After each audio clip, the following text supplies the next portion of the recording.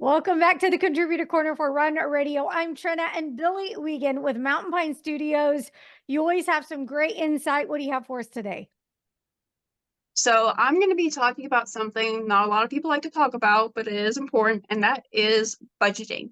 Specifically, how do you budget whenever you're a brand new business owner or you're transitioning from corporate life onto entrepreneurship life? And this is going to be talking about mistakes I have done over the years. This is coming from expertise I've found in the community, and this is going to be kind of serving as, hey, don't do what I do and make better choices than I did. Because there's a lot of things that we don't discuss or learn about until it's too late. One of them being the difference between the business assets and the personal assets. Because starting up, me included, I had used a lot of my personal assets to build and invest in my business. And there's different routes that you could have done, but essentially the downfall of doing that is you don't have anything that differentiates between the business assets and the personal.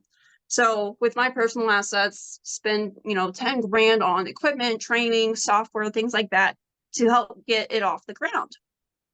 And that can later come to bite you in the rear end whenever it comes to taxes. So something I wish I would have done is actually talk to a tax professional and being like, hey, what's the best way to go? Instead of just being, oh, I'm mad, let's go ahead and run with what we got. So that is something I first and foremost recommend is keep your business and keep your personals as separate as possible. It looks better on your taxes and things like that.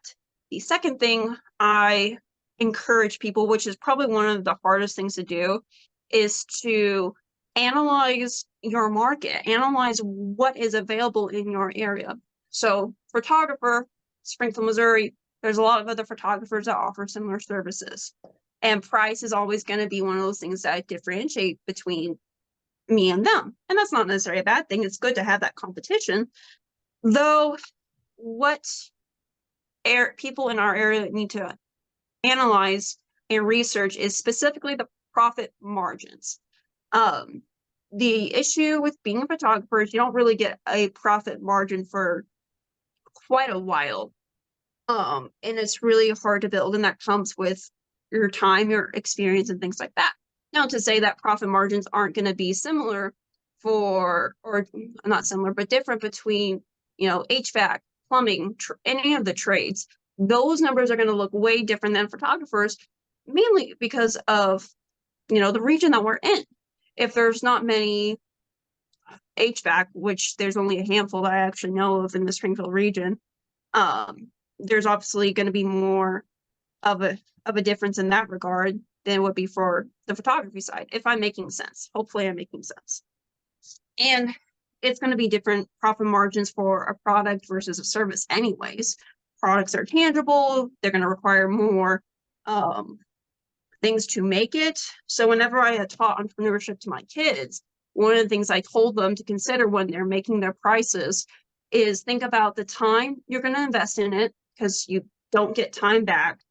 Think about the material you're going to use to create your product, and then think about how long you have been making this product. If you've been only making this product for like 2 weeks, it's probably not going to be as high quality as someone who's been doing it for a year or 2 years. So I told them about that. And then kids who I kept coming back to my courses, I talked to them to make sure, hey, this is your time coming back again. You've been working on this product. It's going to be okay for you to raise it. And they kind of looked at me and think I was kind of like I grew a third eye or something.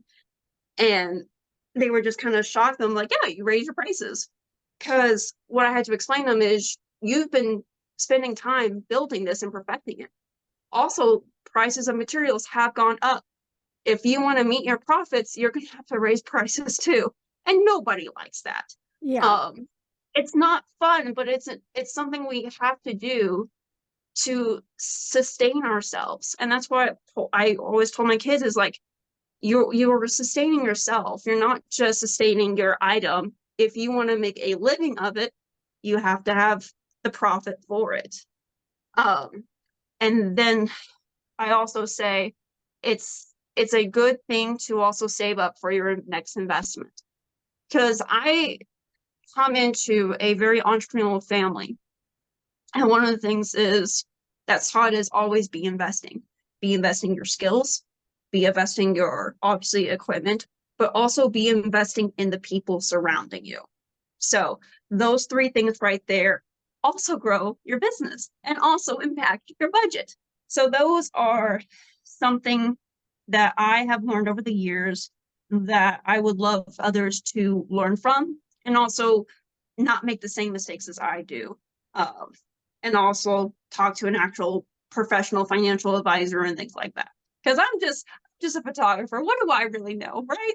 You do, though. You're reminding us we've got to do our homework. There's no way around that. Mhm.